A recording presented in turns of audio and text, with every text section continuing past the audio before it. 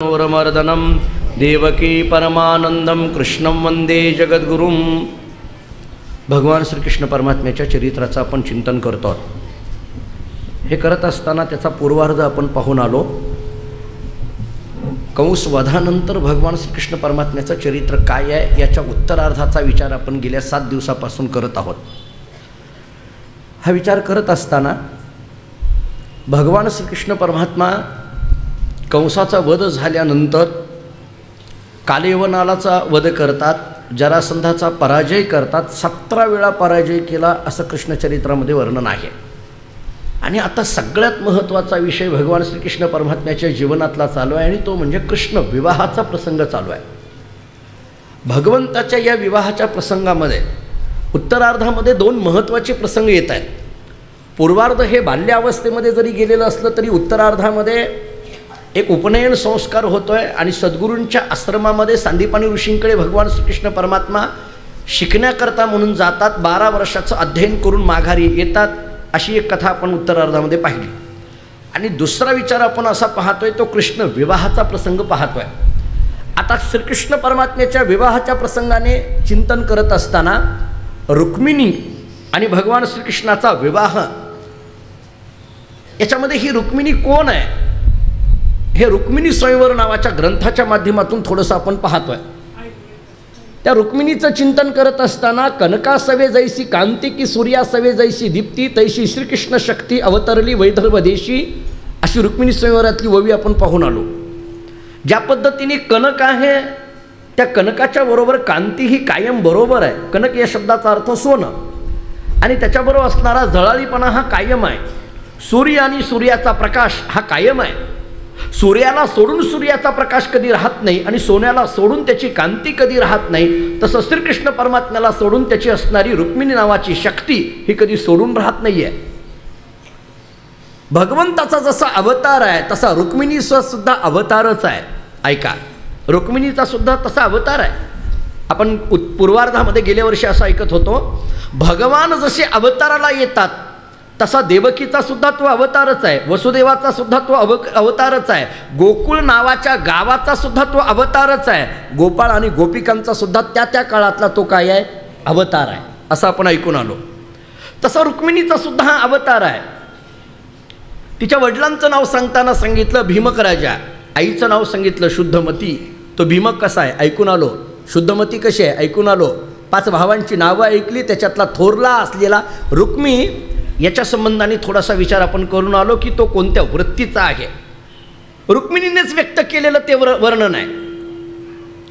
भीमक आणि शुद्धमतीच्या मनामध्ये आपली मुलगी कृष्णाला द्यावी अशा पद्धतीचं मनाने ठरवलेलं असताना रुक्मी नावाचा जो मुलगा आहे तो मात्र आडवा येतो आणि सांगतो नाही माझी बहीण शिशुपालाला द्यायची।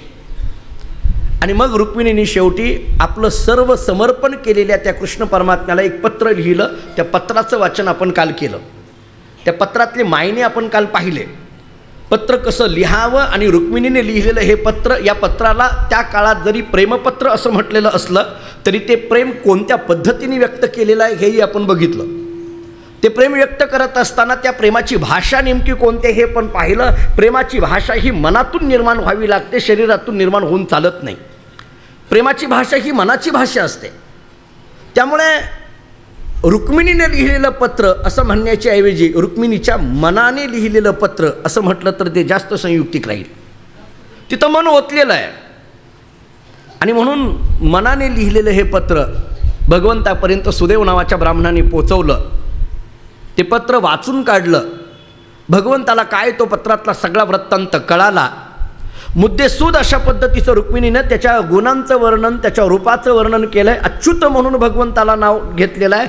अविनाशी असा तो आहे, मुकुंद असा तो आहे, मी कशी आहे हेही सांगितलं आहे।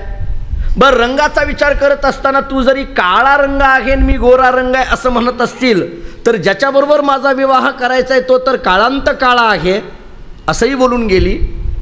कारण तुम्ही जरी रंगाने काळे असाल तरी सुद्धा माझा विवाह ज्या शिशुपालाजवळ व्हायचा आहे तो मात्र काळांत काळा आहे। जरा आणखीन वाक्य बोलू, भगवान श्रीकृष्ण परमात्मा बहिरंगाने काळे असतील पण शिशुपाल मात्र मनाने काळा होता। माणसाचा बाह्यरंग काय आहे याला महत्त्वाचं नाही, त्याचं अंतरंग काय आहे हे महत्त्वाचं आहे. त्याचा बाह्यरंग काय, शिशुपाल भला दिसायला गोरागोमटा दिसत असेल पण आतून मात्र तो काळा आहे. आतली आणि बाहेरची वस्तू दोन्ही गोष्टी आपल्याकडे पाहत असताना बाहेरच्या वस्तूवर जास्त लक्ष ठेवू नये, आतमध्ये काय आहे हे पाहिलं पाहिजे. तुकोबारायांच्या भाषेत तुकाराम महाराज, आपण अनेकदा प्रमाण देऊन आलोय, अंतरीची घेतो गोडी पाहे जोडी भावाची. महाराजांची भाषा आहे, देव सोयरा देव सोयरा देव सोयरा दिनाचा. तुकोबारायांचा अगदी पहिल्या 3-4 अभंगामध्ये 3-4 प्रकार, 4थ्या क्रमांकाचाच अभंग आहे गाथ्यामध्ये आपल्याकडे. बरं, तुका म्हणे नको वरपंग देवा घेई माझी सेवा भावशुद्ध, ही महाराजांची भाषा आहे. जे आता आहे ते आतून पहा, वरवर नको. मी अनेकदा सांगत असतो, गुरुवरी दादा एक वाक्य सांगत असतात, ऊपर तो बहुत बने अंदर तो राम जाने, नाही का. माणसं वरून फार दिसत असतात पण ती तशी असतील असं सांगता येत नाही. बरं, लोक कधी कधी आम्हाला म्हणतात, महाराज ते दिसायला तसं दिसतोय बरं का, असं बोलतात आम्हाला. याचा अर्थ असायला वेगळाच आहे हे आम्ही गृहीत धरायचं असतं. दिसायला असणं आणि असणं याच्यामध्ये फरक असतो, दिसणं आणि असणं याच्यामध्ये फरक आहे. कित्येकदा आपण उदाहरणं या संबंधाने पाहतो, ज्या पद्धतीची माणसं जशी दिसतात तशी असतात तर त्याची शाश्वती देता येत नाही. अहो ते काय बाकीचं सोडा, अलीकडल्या काळामध्ये तर वारकरी दिसावा का असावा हे सुद्धा प्रश्नचिन्ह आहे. वारकरीसुद्धा दिसावा का असावा. मी अनेकदा सांगत असतो, वारकऱ्याच्या कपाळाला गंध असावा मान्य आहे, पण ज्याच्या ज्याच्या कपाळाला गंध तो वारकरी असं म्हणता येईल का. पंढरपुरामध्ये चोराच्याही कपाळाला गंध आहे, ते गंध लावणारे चोर असतात बऱ्याचदा, तर आपल्याला दिसून येतं असं. मग नेमकं काय म्हणणार आपण. मुद्दा माझा असा आहे, रुक्मिणी म्हणते तुम्ही बहिरंगाने जरी काळ्या रंगाचे असले तरी तुमचं अंतरंग काय आहे हे मला चांगलं माहिती आहे. शिशुपाल जरी बाह्य रंगाने गोरा असला तरी तो काळांत काळा अशा पद्धतीचा आतून आहे आणि तुम्ही आलं पाहिजे. ही रुक्मिणीची विनंती भगवंतांनी ऐकली आणि भगवंतांनी जाण्याचं ठरवलं. भगवान जाण्याचं ठरवतात, रुक्मिणी भगवान येण्याची वाट बघते. ही वाट बघत असताना तिच्या मनाची काय अवस्था झाली हे रुक्मिणी स्वयंवरामध्ये नाथ महाराजांनी फार गोड वर्णन केलं आहे. नाथ महाराज असं सांगतात, गोविंदे हरिले मानस जहादी विषय भोगी उदास पाहे द्वारकेची वास मनी आस कृष्णाची. गोविंदे हरिले मानस, गोविंदे हरिले मानस, हरिले या शब्दाचा अर्थ आहे हरण केलं, मानस या शब्दाचा अर्थ आहे मन. आपण रोज एक काल्याच्या कीर्तनामध्ये गवळण म्हणतो पहा, हरिले हरिने माझे हरिले चित्त भारवित्त विसरले आता कैसी जाऊ घरा नोहे बरा हा लौकिक, अशी आपण काल्याच्या कीर्तनात अनेकदा सांगतो. आणि तेच वर्णन रुक्मिणीच्या संबंधाने एकनाथ महाराज करतात. गोविंदे हरिले मानस, या गोविंदाने म्हणजे या कृष्णाने माझ्या मनाचं हरण केलं. मग झाली विषयभोगी उदास, विषयभोगाबद्दल ती उदास झाली. बरं, पाहे द्वारकेची वास, द्वारकेची या शब्दाचा अर्थ कृष्णाची असा लावून घ्यायचा अर्थ. पाहे द्वारकेची, द्वारकेकडून येणाऱ्या त्या कृष्णाची वास म्हणजे वाट पाहायला लागली. मनी आस कृष्णाची, मनामध्ये केवळ आणि केवळ कृष्ण परमात्मा भेटावा एवढीच आस या शब्दाचा अर्थ आहे. इच्छा धरून बसलेली ती रुक्मिणी. 3 गोष्टी झाल्या. काय झालं, पहिली गोष्ट गोविंदे हरिले मानस, 1. दुसरी गोष्ट परिणाम झाली विषयभोगी उदास, 2. तिसरी गोष्ट सांगतात पाहे द्वारकेची वास, 3. आणि चौथी गोष्ट सांगितली मनी आस कृष्णाची, 4. आपल्याकडे वेदांतामध्ये उपक्रम उपसंहार सांगितला जातो. जाता जाता विषय आलाय म्हणून बोलून पुढं जातो. म्हणजे काय असतं उपक्रम आणि उपसंहार, ज्या विषयातून बोलायला सुरुवात केली त्या विषयामध्ये समारोप करणं याला उपक्रम उपसंहार असं म्हणतात. बरोबर आहे. जो विषय घेऊन आम्ही बोलायला सुरुवात केली, समजा 1 तासाचं व्याख्यान आहे, पहिल्या 5 मिनिटामध्ये जो विषय मांडायला सुरुवात केलेली आहे त्या विषयाचा विस्तार करत करत पहिल्यांदा जे मांडलंय त्याच्यावरच येऊन थांबणं याला उपक्रम उपसंहार असं म्हटलं जातं. याला उपक्रम उपसंहार म्हणायचं. या ओवीमध्ये मला उपक्रम उपसंहार कसा वाटतो बघा. ऐकण्यातली ओवी आपल्या शब्द कानावर स्पष्ट पद्धतीने येतील म्हणून सांगतो. गोविंदे हरिले मानस, सुरुवात कशी आहे बघा. गोविंदे हरिले मानस, पुढं झाली विषयभोगी उदास, पुढं पाहे द्वारकेची वास, आणि पुढं मनी आस कृष्णाची, 4. गोविंदे हरिले मानस म्हणजे मनाने माझं मन गोविंदाने हरण केलं या विषयापासून रुक्मिणी बोलायला सुरुवात केली. माझं मन गोविंदाने हरण केलं. काय झालं त्याच्यामुळे? विषय भोगाबद्दल उदास झाले. काय झालं? कृष्णाची द्वारकेची मी वाट बघायला लागले. काय झालं? माझ्या मनात फक्त कृष्ण भेट व्हावी एवढीच आशा आहे. म्हणजे गोविंदे हरिले मानस इथून झालेला विषय मनी आस कृष्णाची इथे येऊन थांबला. याला उपक्रम उपसंहार म्हणायचा. याला उपक्रम उपसंहार म्हणायचा. माझ्या मनाने गोविंदाने, माझं मन गोविंदाने हरण केलेलं असल्यामुळे, चित्ताचं हरण केलेलं असल्यामुळे, आमचे गुरुजी वैकुंठ गुरुदेव भाऊ एक वाक्य सांगायचे. ते असं म्हणायचे, माझं मन हरण झालंय, माझ्या मनाचं हरण झालंय, माझ्या चित्ताचं हरण झालं. ती गोपिका म्हणते, बरोबर आहे. आता रुक्मिणी म्हणते माझ्या मनाचं हरण झालं. प्रश्न एवढाच आहे तत्त्वज्ञानाच्या दृष्टीने, मनाचं हरण झाल्यानंतर मनाचं हरण झालं हे म्हणणारं तरी मन नेमकं आहे ना, त्या मनाचा संबंध काय? मनाचं हरण झालं हे कळालं कळालं का? नीट बघा आधी. हरण कुणाचं झालं? मनाचं. मनाचं हरण झालं हे म्हणणारं तरी कोण आहे? मग जर मनाचं हरण झालेलं असेल तर मग मन कसं काय म्हणेल की माझ्या मनाचं हरण झालं? याचा अर्थ मग मनाचं हरण झालेलं असेल तर मनाला सांगता येणार नाही माझ्या मनाचं हरण झालं. हरण झाले, ज्या वस्तूचं हरण झालेलं असतं ती वस्तू तिथं राहत नाही. माझ्या खिशातून पैसे चोरीला गेले, बरोबर आहे. म्हणजे याचा अर्थ माझ्या ठिकाणी खिशात पैसे राहिले का? आता नाही. माझ्या खिशातले पैसे चोरीला गेले, माझ्या हातातलं घड्याळ चोरीला गेलं, प्रवचनाला गेलो आणि माझी चप्पल मी तर रिक्षातच ठेवत असतो, आणतच नाही मंदिरामध्ये, तिथंच ठेवून येतो. मी सकाळीच बोललो, लोक चप्पलच घेऊन जातात आणि मी जर म्हटलं अहो तुम्ही माझी चप्पल, अहो तेवढाच प्रसाद चपलीचा असतो आहे. लोक कशाचंही घेऊन जातात, सांगता येत नाही. बरं, हरण झालेली वस्तू तिथं राहत नाही. मुद्दा एवढा सरळ साधा आहे. माझ्या खिशातून पैसे चोरीला गेले असेल तर माझ्या खिशामध्ये पैसे राहिले नाहीत. माझ्या हातातलं घड्याळ चोरीला गेलं असेल तर माझ्या हातामध्ये घड्याळ राहिलं नाही, बरोबर आहे. माझे कपडे चोरीला गेले तर याचा अर्थ माझ्याजवळ कपडे राहिले नाहीत. माझं मन चोरीला गेलं असेल तर याचा अर्थ माझ्याजवळ मन राहिलं नाही. मग जर मन राहिलं नाही तर मग मन राहिलं नाही हे म्हणणारं मन नेमकं कोणतं आहे? मन राहिलं नाही हे हा अनुभव तरी कुणाला आला? बरं, ह्याच्या बाबतीत ह्या आपल्याकडे असं सांगितलं जातं तत्त्वज्ञानाच्या भाषेमध्ये, सगळ्या गोष्टीचा अनुभव घेणारं कोण आहे? मन आहे, बरोबर आहे. सगळा अनुभव, हे चांगलं आहे, हे वाईट आहे, हे अनुभव घेणारं सांगणारं कोण आहे? मन आहे. साधी गोष्ट आहे, प्रवचन ऐकायला चांगलं वाटलं, बरं ठीक आहे, ऐकायचं काम कोणाचं आहे? कानाचं. पण हे चांगलं वाटलं म्हणून घेणारं सांगणारं कोण आहे? हां, मुद्दा इथं आहे. कानावर सगळ्याच्याच पडलं की हो, प्रवचन सगळ्याच्याच कानावर पडलं ना? नाही, असं नाही. पण त्याला चांगलं वाटणं आणि वाईट वाटणं, किंवा पटलं नाही, किंवा जमलं नाही, किंवा कळालं नाही, किंवा समजलं नाही, हे सगळे शब्द कुठून निर्माण होतात? त्या इंद्रियाचं नाव आहे मन. बरं, मी हे याच्या पुढचं बोलतो. वेदांतांनी तर आम्हाला असं सांगितलं, वेदांत आपल्याला असं सांगतो की मोक्ष आणि बंधन हे जे दोन शब्द आपल्याकडे सांगितले जातात, बंधन या शब्दाचा अर्थ आहे अडकणं आणि मोक्ष या शब्दाचा अर्थ आहे मोकळं होणं, बरोबर आहे. वेदांतातल्या व्याख्या आता सांगत राहत नाही. मोकळं होणं, सुटणं. बंधन म्हणजे अडकणं, मोक्ष म्हणजे सुटणं. आता बांधलो म्हटणं आणि सोडलं म्हटणं, सोडलं, मी बांधलो, मला सोडलं, हे दोन्ही शब्द जरी व्यवहाराच्या दृष्टीने बांधलो असं म्हटलं जाईल, एखाद्याला दोरीने बांधलो मी, एखाद्याला दोरीने सोडलं, मोकळा झालो, हे झालं लौकिकातले. आता माझ्या ठिकाणी आत्तापर्यंत बंधन होतं, पण आता मात्र मी मुक्त झालो. हां, आता म्हणायला लागलो, हा मुक्त तरी शब्द, बंधन तरी शब्द कोणी निर्माण केला? बस भागवत आम्हाला सांगतं, मन एव मनुष्यानाम कारण बंध मोक्षयो हो.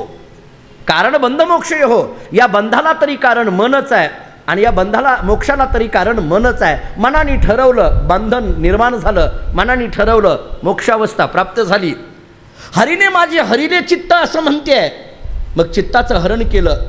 या गोविंदाने माझं मन हरण केलं असं म्हणून गोपिका ही रुक्मिणी म्हणते की माझं हरिले हे मन, गोविंदे मानस हरिले, गोविंदे हरिले मानस, मन हरण केलं. म्हणजे नेमकं काय केलं? कोणत्या मनाचं हरण केलं? मग मनाचं हरण झाल्यानंतर मनाचं हरण झालं म्हणणारं मन नेमकं कोणतं आहे? मग मनामध्ये दोन प्रकार करायचे का? एक हे मन, दुसरं ते मन असं म्हणायचं का? एक आतलं मन, एक बाहेरचं मन असं म्हणायचं का?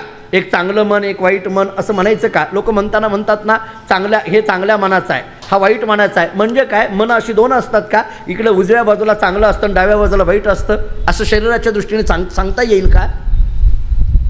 त्या याच्यामध्ये तत्त्वज्ञानाच्या एका ग्रंथामध्ये कुठंतरी एक वाक्य वाचण्यात आलेलं आहे. वैद्यसुद्धा कसा असावा हे बोलताना गुरुदेव रानडेंचं एक वाक्य आहे. गुरुदेव रानडेंचं नाव आपण ऐकून असाल. मी जास्त निंबाळला खूप मोठं स्थान त्यांचं आहे कर्नाटकामध्ये, होर्तीच्या पुढं, विजापूरच्या जवळ. गुरुदेव रानडेंचं एक तत्त्वज्ञानाच्या संबंधाने, ते वैद्याच्या संबंधाने वाक्य त्यांनी असं वापरलं आहे, वैद्य हा, कोणताही वैद्य हा चांगल्या मनाचा असावा, असं शब्द आहेत त्यांचे. वैद्य हा चांगल्या मनाचा असावा. आता चांगल्या मनाचा असावा म्हणजे नेमकं काय असावं? मन चांगलं आणि वाईट जर दोन प्रकाराचं असेल तर मनाचे दोन आकार असे करता येतील का? मुळात जे मन सांगायचं आहे त्या एकाच मनाचा आकार सांगता येत नाही तर दोन मनं कुठून कुठून सांगणार तुम्ही? मग नेमकं काय आहे? तर याच्याकरता ज्ञानेश्वर महाराजांनी सोपं केलं आहे. ज्ञानोबारांनी सांगितलं आहे काय आहे, हे मनाच्या ठिकाणी जे निर्माण झालेला चांगलेपणा, वाईटपणा हा सगळा गुणाच्या संबंधाने आहे. आणि गुण 3 सांगितले आपल्याकडे, एक सत्वगुण, रजोगुण आणि तमोगुण. ऐका, आपण याच्यावर बोललो आहे अनेकदा. सत्वगुण आहे, रजोगुण आहे, तमोगुण आहे. ज्ञानेश्वरीची भाषा आपल्याकडे अशी सांगितली जाते, काय आहे म्हणे, मन जेव्हा तमोगुणामध्ये जातं तेव्हा मनुष्य आळशी म्हणतो, मन जेव्हा रजोगुणामध्ये जातं तेव्हा मनुष्य चंचल म्हणतो, आणि मन जेव्हा सत्वगुणामध्ये जातं तेव्हा मनुष्य स्थिर बनतो. ऐका, सत्ववृत्ती म्हणून तर आपल्याकडे तुकाराम महाराजांनी एक अभंग लिहिताना फार चांगला लिहिला आहे. आपुल्या हिता जो असे जागता, धन्य माता पिता तयाची या, कुळी कन्या पुत्र होती जे, हां मला हे शब्द वापर, सात्विक तयाचा हरिक वाटे देवा, त्या सात्विकपणाचा हरिक वाटे देवा. कुळी कन्यापुत्र होती जे सात्विक, कन्यापुत्राचा हरिक वाटे देवा असं नाही, कन्यापुत्राच्या ठिकाणी असलेल्या सात्विकपणाचा हरिक वाटे देवा. मुलगा आहे त्याचं कौतुक नाही, मुलगा सात्विक आहे याचं कौतुक आहे. सत्वगुणाने युक्त असलेला मन, सत्वगुणाने युक्त, रजोगुणाने युक्त, तमोगुणाने युक्त. आपण बोललो अनेकदा, आळस निर्माण होतं, तमोगुण आला की आळस, एखाद्याने आळस दिला ओळखायचं तमोगुण आलाय. बरं, हे सगळे 3ही गुण निर्माण होतात ते आहारावर. काय आपण आहार खातो त्याच्यावर हे सगळे गुण निर्माण होतात आपल्याकडे सांगितलं जातं.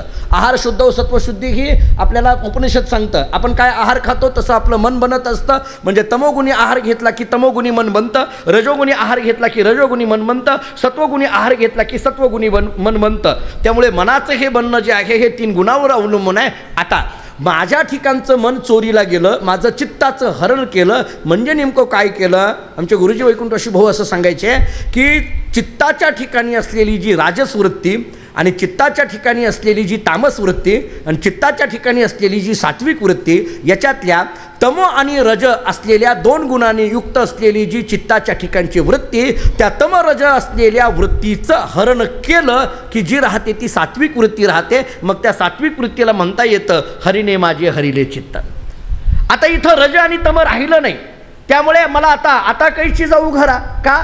कारण घर म्हणून स्वीकारण्याचं काम हे रजोगुणाचं आहे. ऐका, घर म्हणून स्वीकारण्याचं काम हे सत्वगुणाचं नाही आहे. सत्वगुण स्थिरतेकडे घेऊन जातो, ज्ञानाकडे घेऊन जातो.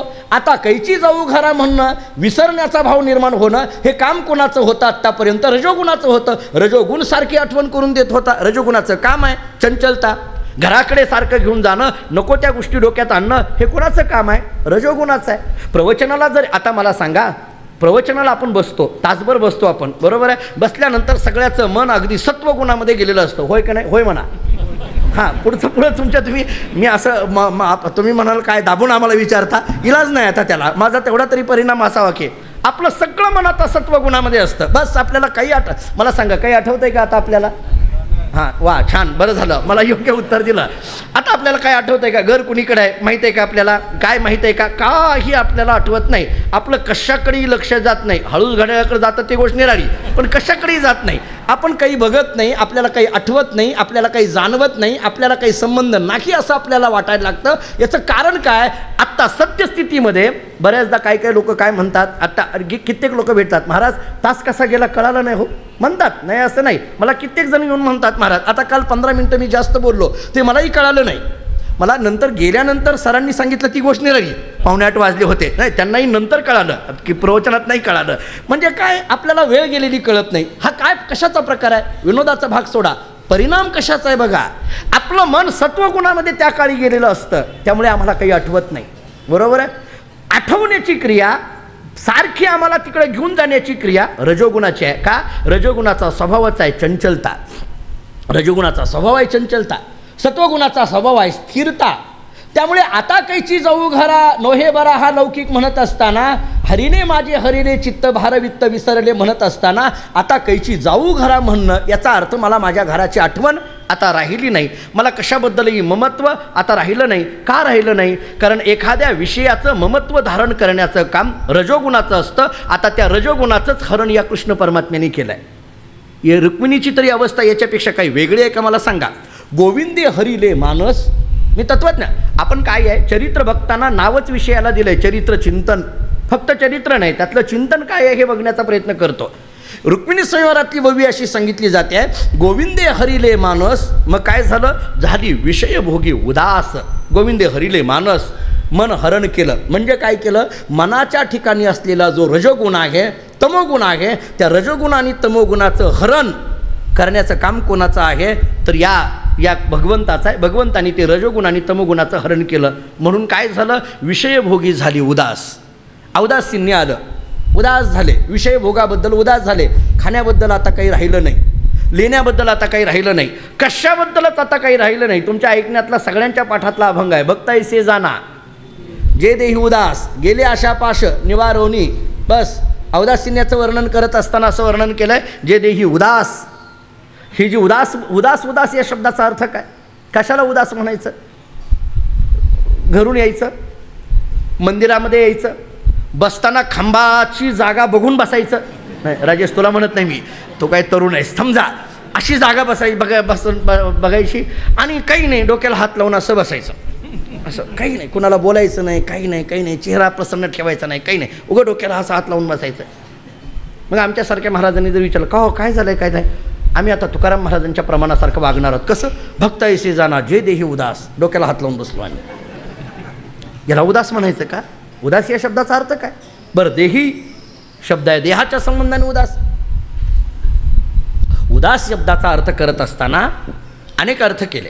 बरं, तुकाराम महाराजांनी बोलताना गेले आशापाश निवारोनी मग देही उदास. हे गेले आशापाश निवारोनी अगोदर घ्यावं लागतं आणि मग आपलं कसं आहे, आपलं औदास्यानं आशापाश सहित आहे. चालत नाही ते.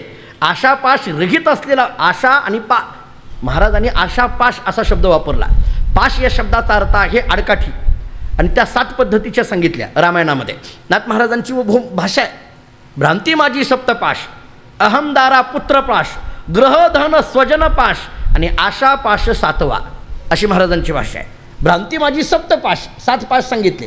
अहम, दारा, पुत्र, ग्रह, धन, स्वजन आणि आशा. अशा अहम झालं, दारा झालं, पुत्र झालं, ग्रह झालं, धन झालं, स्वजन झालं, या 6 गोष्टी. आणि शेवटची मुद्दा सांगितला आशा. आशापाश 7वा.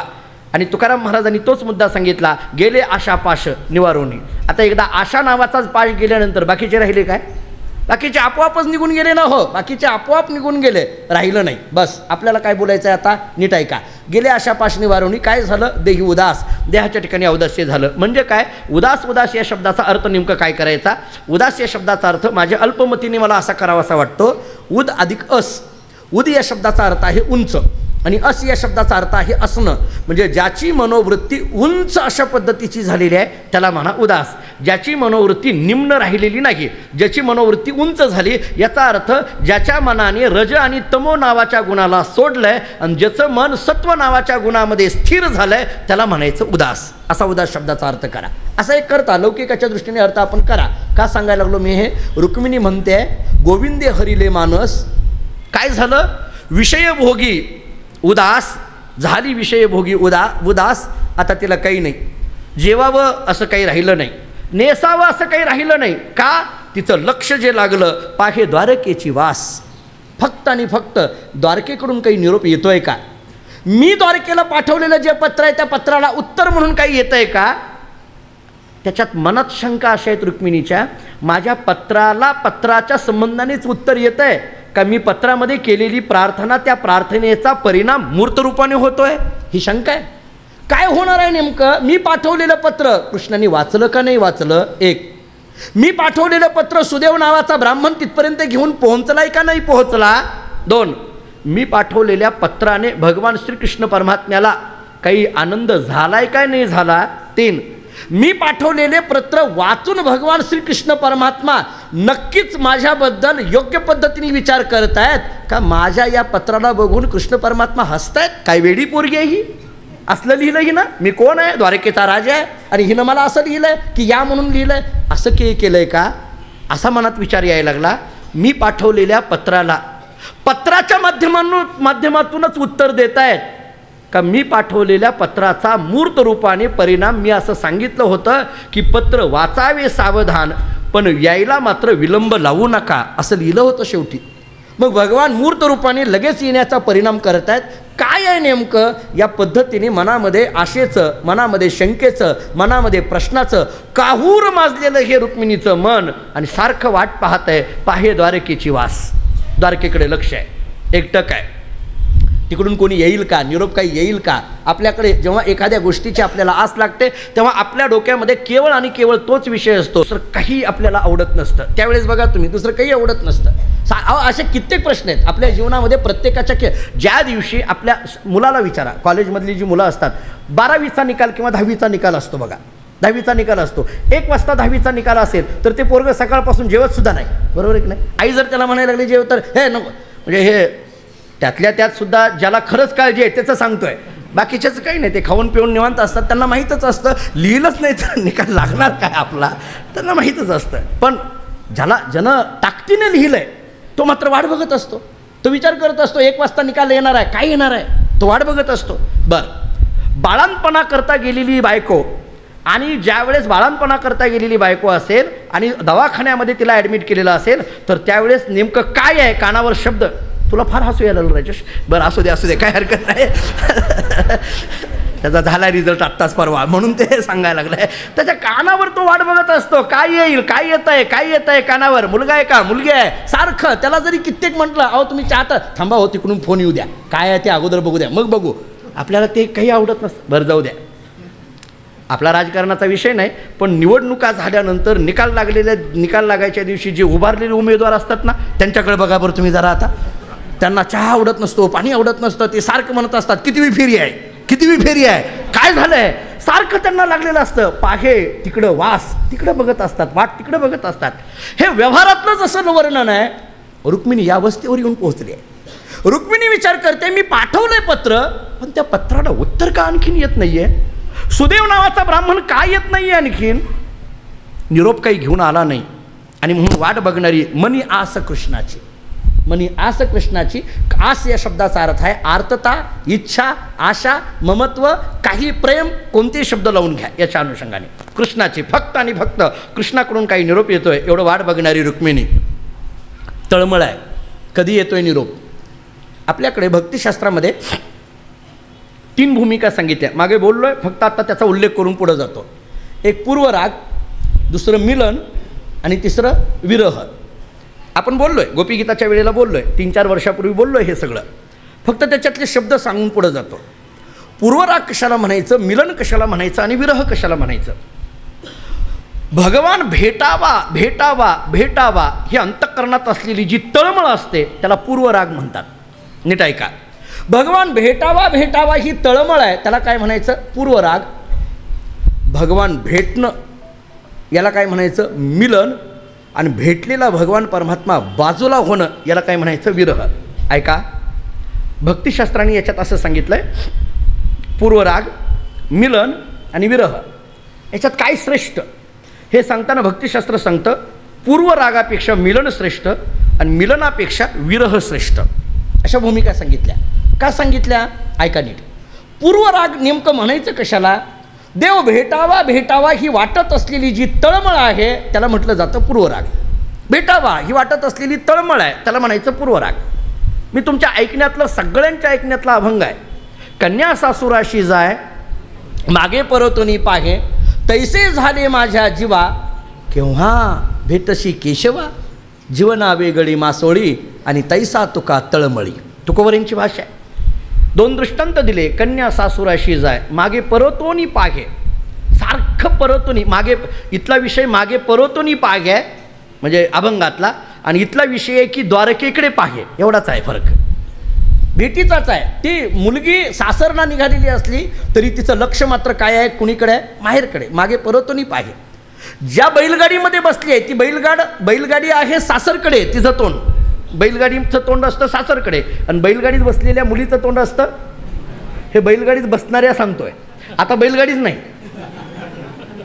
गुरुवारी दादा सांगत असतात आता हिरो होंडा आहे, सासरकडेही तोंड नाही माहेरकडेही तोंड नाही, असे दादांचे शब्द आहेत. तुम्ही कुणी रागाने वाटून घेऊ नका, आमच्या बार्शीत असं अजिबात नाही, हेही सांगून जातो. आणखीन बरेच दिवस आहे का नाही आपल्याला, श्रावण 21 दिवस आहे आणखीन, नको आपल्याला काही बोलायला नाही कुणीकडंच. पण जुना दृष्टांत दिलाय, मागे परतोनी पाहे तैसे झाले माझ्या जीवा केव्हा भेटशी केशवा. आणि हे बोलताना दृष्टांत दुसरा तुकाराम महाराजांनी दिला, जीवना वेगळी मासोळी तैसा तुका तळमळी. तळमळी हा शब्द सत्वगुणाच्या उंच मनोवृत्तीचं देतं. काय ऐका, मी विनोदाने सांगत असतो, तळमळणं वेगळं वळवळणं वेगळं, कळालं का बघा. काही काही वळवळत राहतात, बरोबर आहे, विनोदाने सांगत असतो. रजोगुणाचा स्वभाव आहे वळवळणं, तमोगुणाचा स्वभाव आहे सळसळणं, आणि सत्वगुणाचा स्वभाव आहे तळमळणं. लक्षात, सत्वगुण तळमळायला लावतं. बघा तुम्ही, काही एखादी जर द्रावक घटना घडली तर आपलं हृदय तळमळायला लागतं. कित्येक घटना आपल्यासमोर दिसतात. सकाळी उठलो आपण आणि जर पेपर उघडला आणि महापुराने होत असलेलं थैमान बघितलं, कोणताही एखादा महाराष्ट्राच्या भूमीमध्ये जन्माला कोणी असेल ते बघितल्यानंतर त्याचं हृदय तळमळल्याशिवाय राहणार नाही. कालची घटना ज्यावेळेस आपण वाचली, ऐकली, डोळ्यांनी पाहिली की एका बोटीमध्ये महापुरामध्ये अडकलेल्या 11 ते 16 लोक, 11 लोकांचं काहीतरी सांगितलं, 15-16 लोक जलसमाधी मिळाली. हो मला सांगा, किती हृदयद्रावक अशी घटना आहे, किती मन आपलं तळमळून जातं. आज महाराष्ट्रामध्ये महाराष्ट्राच्या कानाकोपऱ्यातून सांगलीकडे मदतीचा ओघ आलेला दिसून येतोय. हे कशाचं काम आहे? सत्वगुणाच्या वृद्धीचं काम आहे. सत्वगुण इथं प्रतीत होतोय. कोणत्याही सामाजिक अंगाने सत्वगुण आपल्याला प्रतीत झालेला दिसून येतो. जी काम सामाजिक अंगाने करत असलेली माणसं दिसून येतात. आज कित्येक मोठा ओघ, तिथं लहानांचा ओघ चालूच आहे, मोठ्यांचा ओघ चालूच आहे, ज्येष्ठांचा ओघ चालूच आहे, ज्याच्या त्याच्या पद्धतीने जे ते पद्धतीने मदतीचा ओघ तिकडं चालूच आहे. हा काय आहे? अंतःकरणामध्ये निर्माण झालेल्या सत्वगुणाची वृद्धी, यालाच म्हणा मनाची उंच वृत्ती, यालाच म्हणा सात्विकपणेचा असणारा आविर्भाव. तळमळायला लावतं. देव भेटावा भेटावा अशी तळमळ, जीवना वेगळी मासोळी. पाण्यातून बाजूला मासोळी झाल्यानंतर जशी तळमळते तसं मला देव भेटावा ही तळमळ आहे. याला पूर्वराग म्हटलं जातं. भेटावा हे तळमळ आहे. तीव्रता, तळमळ या शब्दाचा अर्थ काय? तीव्रता. रुक्मिणीच्या अंतःकरणामध्ये पूर्वराग निर्माण झाला आहे, तीव्रता निर्माण झाली आहे. भेटावा अशी तीव्रता निर्माण झाली आहे.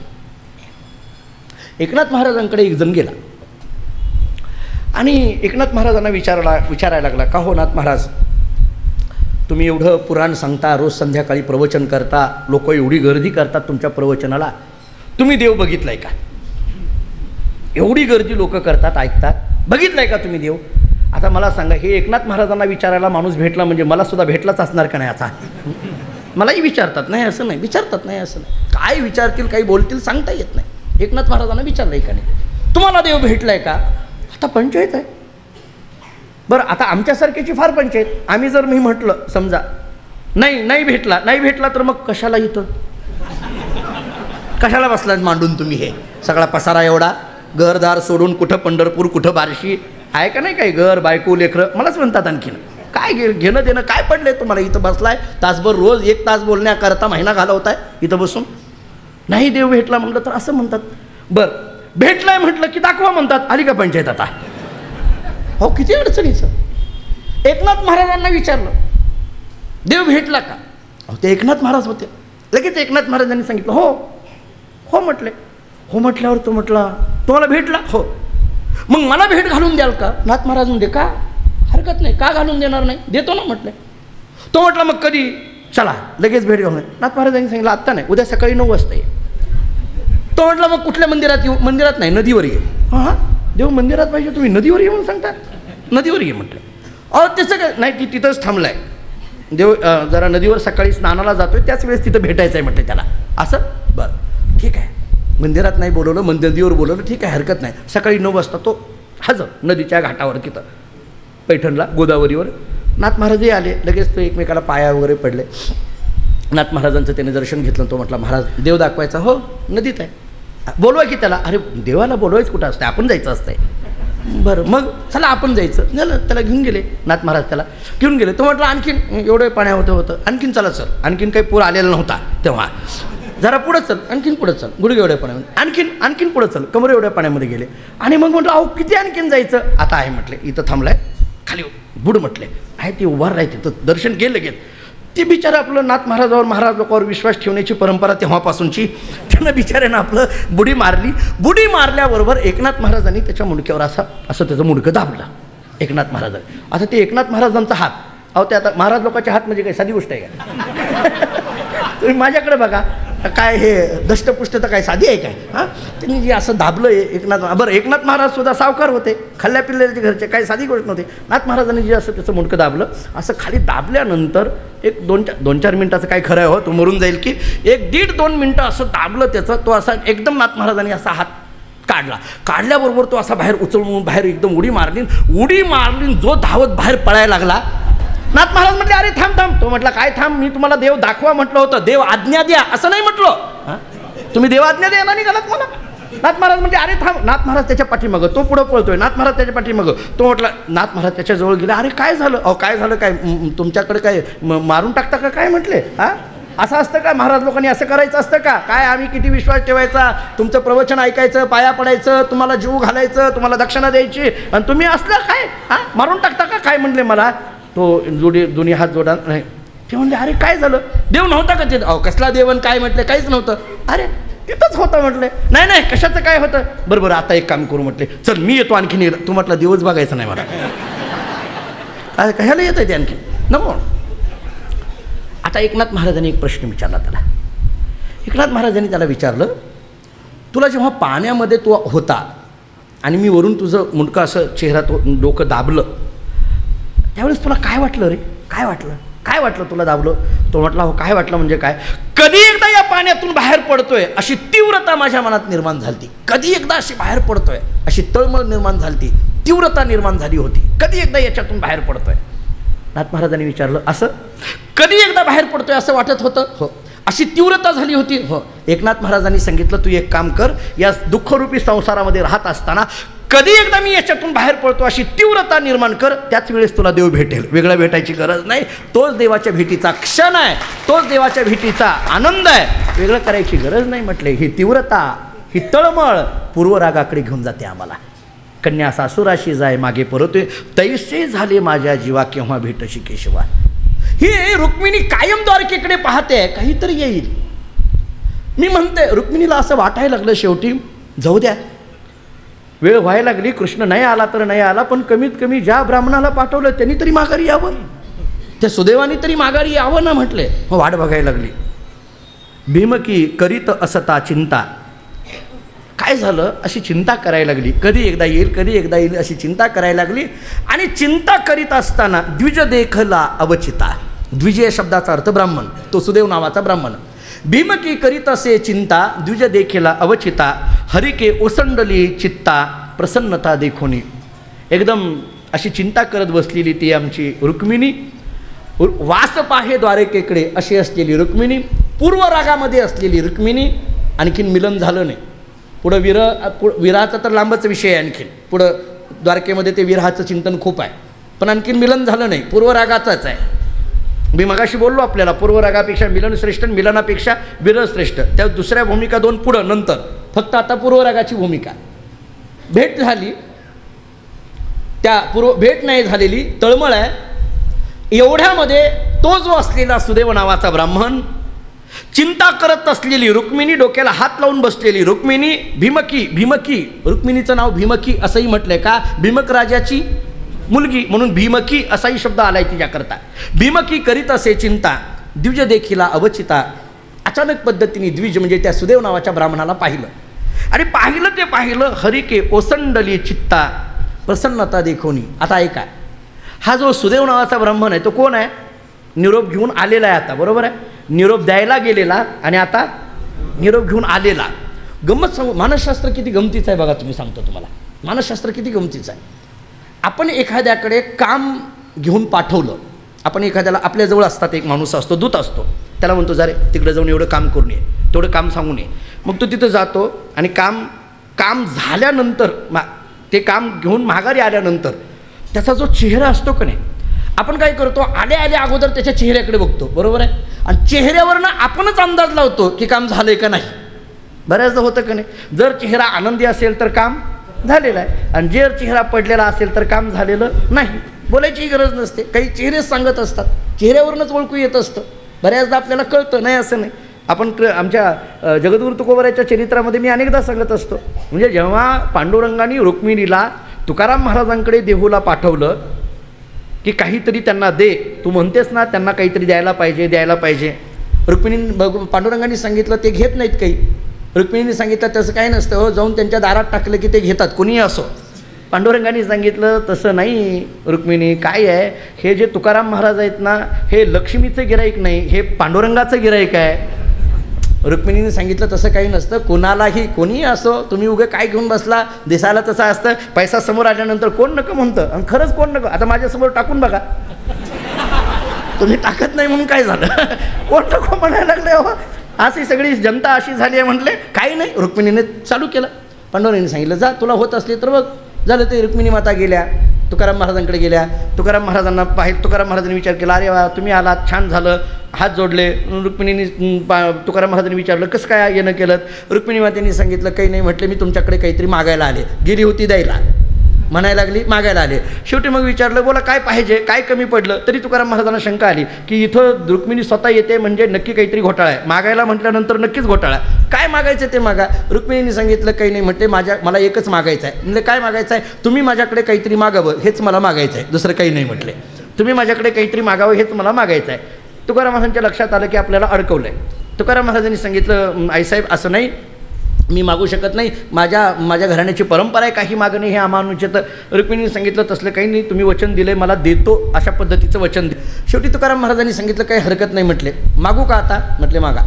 मला द्याल ना नक्की. हो नक्की. मग तुकाराम महाराजांनी मागणं असं केलं म्हणे की रुक्मिणी मातेला तुकोबाराय बोलायला लागले, आईसाहेब तुमचं आता मला दर्शन घडलं, याच्यापुढे मला तुमचं तोंडही बघायचं नाही, हेच मागायचं आहे. म्हटले दुसरं काहीच नाही, मला आता तुमचं दर्शन घडलं, याच्यापुढे तोंडही बघायचं नाही. रुक्मिणी मातेने सांगितलं अहो तुकोबाराय तुम्ही पहिलं घराच्या बाहेर व्हायचं. अरे तू मला तुम्ही पहिलं घराच्या बाहेर, मला काही बोलायचं नाही. रुक्मिणी मातेने खाली मान घातली आणि पंढरपूरला आल्या. खाली मान घालून आलेल्या पंढरपूरला आलेल्या रुक्मिणीकडे पांडुरंग परमात्मा बघतात. आता मला सांगा काम झालंय का काम झालं नाही, कशावरून ओळखायचं, आलं का नाही, काय सांगा. रुक्मिणीचा चेहरा काय सांगतोय, काम झालेलं सांगतोय का काम झालं नाही सांगतोय. काम झालेलं हे आहे का नाही, चेहऱ्यावरनं लक्षात येतंय का नाही. आपण देव असा गमतीचा, याला सगळं कळत होतं पण तरी पण विचारलं कसं काय रुक्मिणी, बरा झाला का प्रवास. कसं काय बरा झाला का प्रवास. रुक्मिणीने उगीच तोंडवर केलं, झालं का काम, तू द्यायला गेली होती काही दिलं का, त्यांनी काही घेतलं का. रुक्मिणीने सांगितलं अहो कशाचं देणं आणि कशाचं घेणं, तुमचं येणं जाणं तरी चालू राहिलं, आमचं सगळंच बंद पडलं. म्हटलं सहज खोंटले येणं जाऊ द्या, मला काय सांगायचं होतं, मग मुद्दा कुठं घ्यायचा होता एवढा घ्या.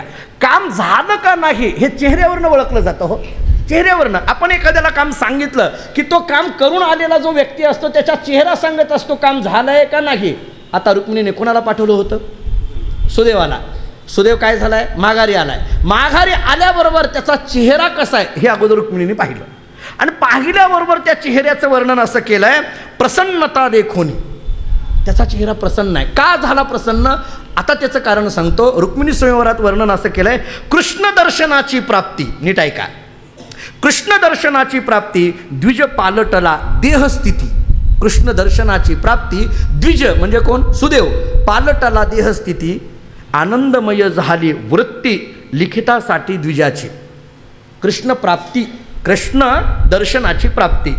ज्याला पाठवलं होतं तो कोण आहे, सुदेव नावाचा ब्राह्मण. माघारी आल्याबरोबर त्याचा चेहरा पाहिल्याबरोबर रुक्मिणीला आनंद झाला. का, कारण त्याच्या चेहऱ्यावर प्रसन्नता होती. त्याच्या चेहऱ्यावर प्रसन्नता होती. माणसाचा चेहरा कसा असा, प्रसन्न असावा. माणसाचा चेहरा आनंदी असावा, प्रसन्न असावा. त्याच्या चेहऱ्याची प्रसन्नता पाहून आपल्या लक्षात येत असतं की याचं काय आहे ते नेमकं, चेहऱ्यावरनं ओळखलं जातं. काय आहे, आपल्याकडे अनेकदा सांगितलं जातं मनाचे भाव चेहऱ्यावर प्रगट होतात. बरोबर आहे. मी अनेकदा बोललो की आपल्याला चेहरा वाचणं, इंग्रजीमध्ये त्याला फेस रिडिंग असं म्हणतात. चेहरा बघितलं की कळतं यांच्या मनात काय चाललंय ते, लगेच कळतं. म्हणजे ही कला महाराज लोकांना तर जास्तच आहे. आम्हाला लगेच कळतं यांना कोणता दिवस पाहिजे, जेवायचा पाहिजे का संध्याकाळचा पाहिजे. आता मला चालूच झालं आहे, तिथं ढगेमाळ्यात येतात, इथं पप्पू म्हणतो हे आलेत बघा, लगेच माझ्या लक्षात येतं काय आहे ते. चेहरा बघितलं की कळतं, नाही असं नाही. चेहरा मनाच्या भावना सांगत असतो. इथं सुदेव नावाचा ब्राह्मण माघारी आलाय, चेहरा अत्यंत प्रसन्न आहे. आणि हा चेहरा प्रसन्न पाहिल्यानंतर रुक्मिणीला आनंद वाटला. का, कारण हा गेलेला, काम करायला गेलेला हा प्रसन्न होऊन आलाय. काम करायला गेलेला प्रसन्न होऊन आलाय, मान्य आहे. आता याची जी प्रसन्नता आहे, रुक्मिणीला वाटायला लागलं आपलं काम झालंय म्हणून याचा चेहरा प्रसन्न आहे, हा झाला रुक्मिणीचा भाव. पण तत्वज्ञानाचा भाव असा सांगितलाय, सुदेव नावाच्या ब्राह्मणाचा चेहरा का प्रसन्न झाला, कारण कृष्ण दर्शनाची प्राप्ती, त्याला कृष्णाचं दर्शन झालं ना. ऐका, म्हणून दोन भाव वेगवेगळे सांगितले. रुक्मिणीचा भाव वेगळा आहे, सुदेवाकडे पाहण्याकडे, सुदेवाच्या चेहऱ्यावरची प्रसन्नता पाहत असताना रुक्मिणीला वेगळं वाटतंय, आणि सुदेवाच्या चेहऱ्यावरची प्रसन्नता पाहत असताना तत्वज्ञान वेगळं सांगताय. तत्वज्ञान आम्हाला असं सांगताय, कृष्ण दर्शनाची प्राप्ती, द्विज पालटला देहस्थिती, द्विज म्हणजे सुदेव, पालटला देहस्थिती, याच्या देहाची स्थितीच पालटून गेली. काय झालं, आनंदमय पाहाली वृत्ती, आनंदमय झाली वृत्ती, त्याची वृत्तीच आनंदमय झालेली आहे. मन हे राम झाले, मन हे राम झाले, किंवा आनंदाचे डोही आनंद तरंग, आनंदाचे अंग आनंदाचे. तो द्विज असलेला सुदेव आनंदमय अशा स्थितीपर्यंत पोहोचला आहे. ब्रह्मसूत्र भाषामध्ये आनंदमयोभ्यासात नावाचं एक सूत्र आहे. आनंदमयोभ्यासात, आनंदमय अशी स्थिती म्हटलं जातं. हा जो मय आहे का नाही, हा मय शब्द तीन पद्धतीने सांगितला जातो. हा मय शब्द सांगताना तीन पद्धतीने सांगितला. वेदांतातला एक विचार आहे, तेवढा सांगून पुढं जातो.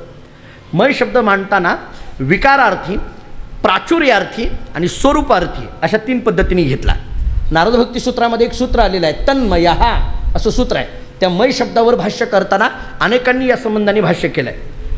विकारार्थी, प्राचुर्यार्थी आणि स्वरूपार्थी. नीट ऐका, मय शब्द सांगताना असा तीन पद्धतीने सांगितला. आता प्राचुर्यार्थी कशाला म्हणायचं, विकारार्थी कशाला म्हणायचं, स्वरूपार्थी कशाला म्हणायचं, हे कशा करता चाललंय. सुदेव नावाचा ब्राह्मण आनंदमय स्थितीला पोहोचला हे मला सांगायचं आहे. बरं, मी माझं पदरचं बोलत नाही, रुक्मिणी स्वयंवरातली ओवी सांगतोय. आनंदमय पाहाली वृत्ती असा आहे, आनंदमय असा शब्द आलेला आहे. आपण एक प्रमाण सांगतो, कालच पाहिलं आपण, विष्णुमय जग. तसं आनंदाचे डोही आनंद तरंग किंवा अवघेची त्रिलोकी आनंदाची, आता याला आनंदमय असं म्हटलं जातं. हा जो मय आहे तो तीन पद्धतीचा, एक प्राचुर्यार्थी, दुसरा विकारार्थी आणि तिसरा स्वरूपार्थी. आता नीट ऐका, प्राचुर्यार्थी कशाला म्हणायचं, जास्त होणं त्याला प्राचुर्यार्थी म्हणायचं.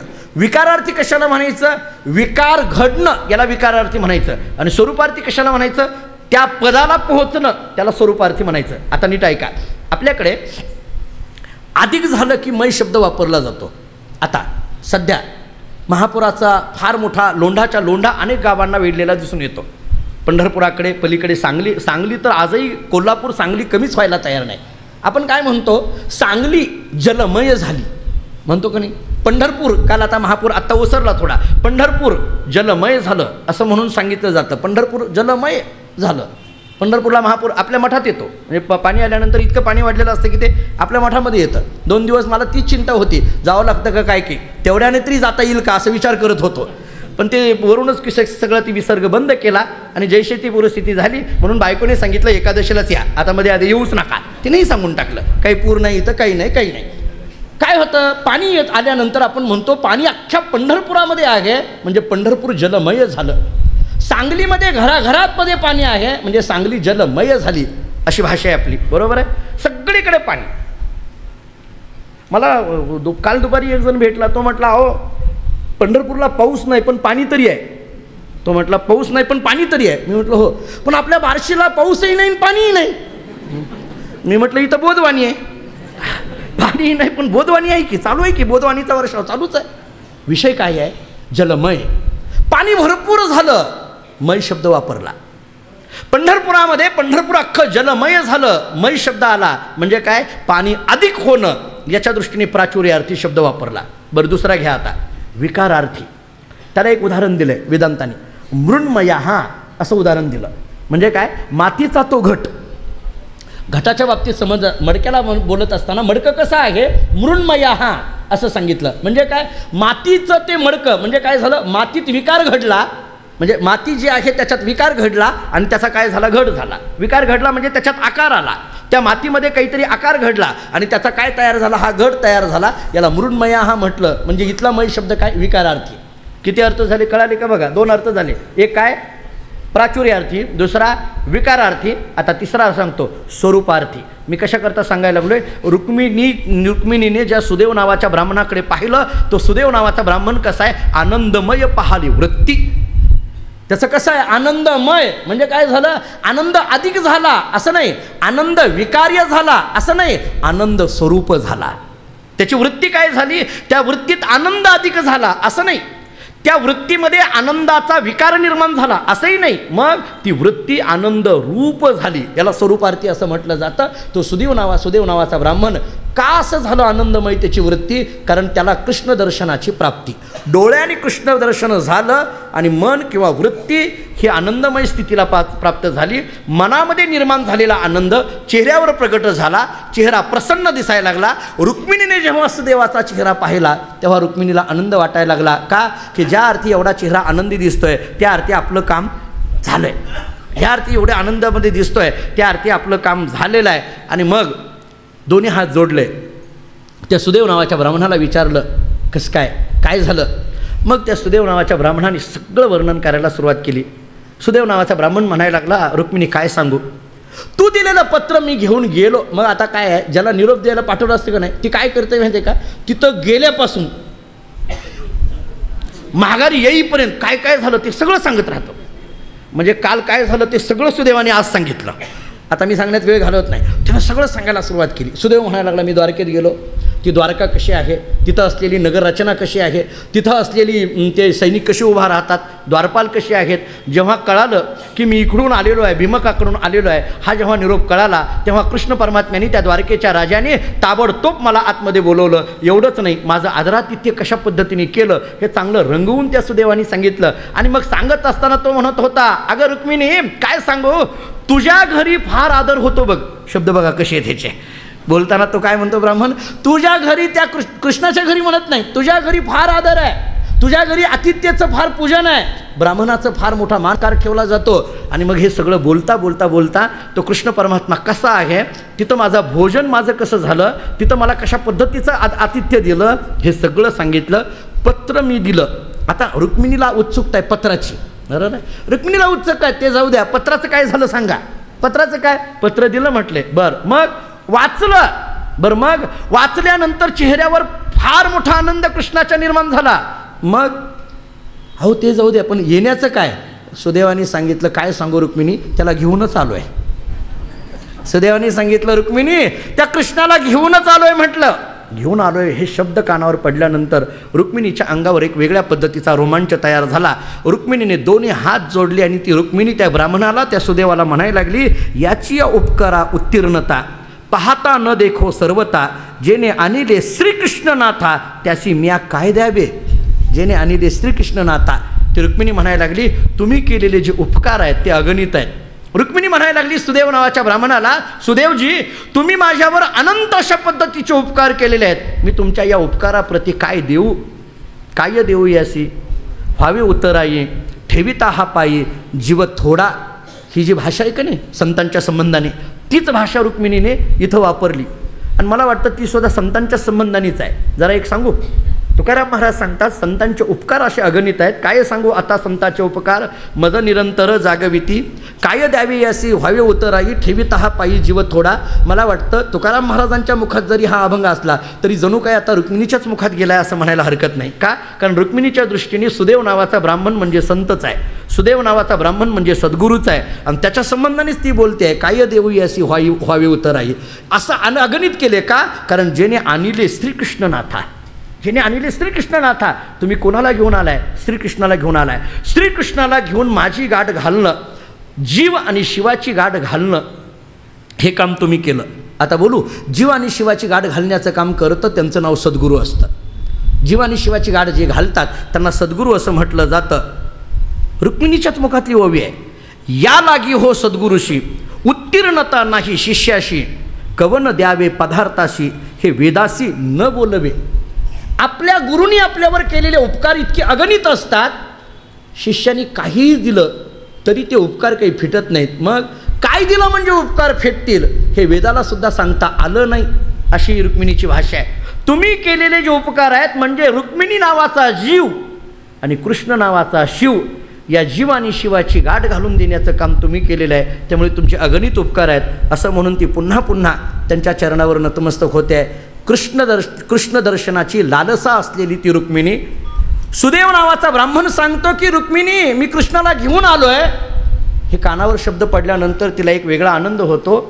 कान तृप्त झाले पण डोळे तृप्त झाले नाहीत ना. का?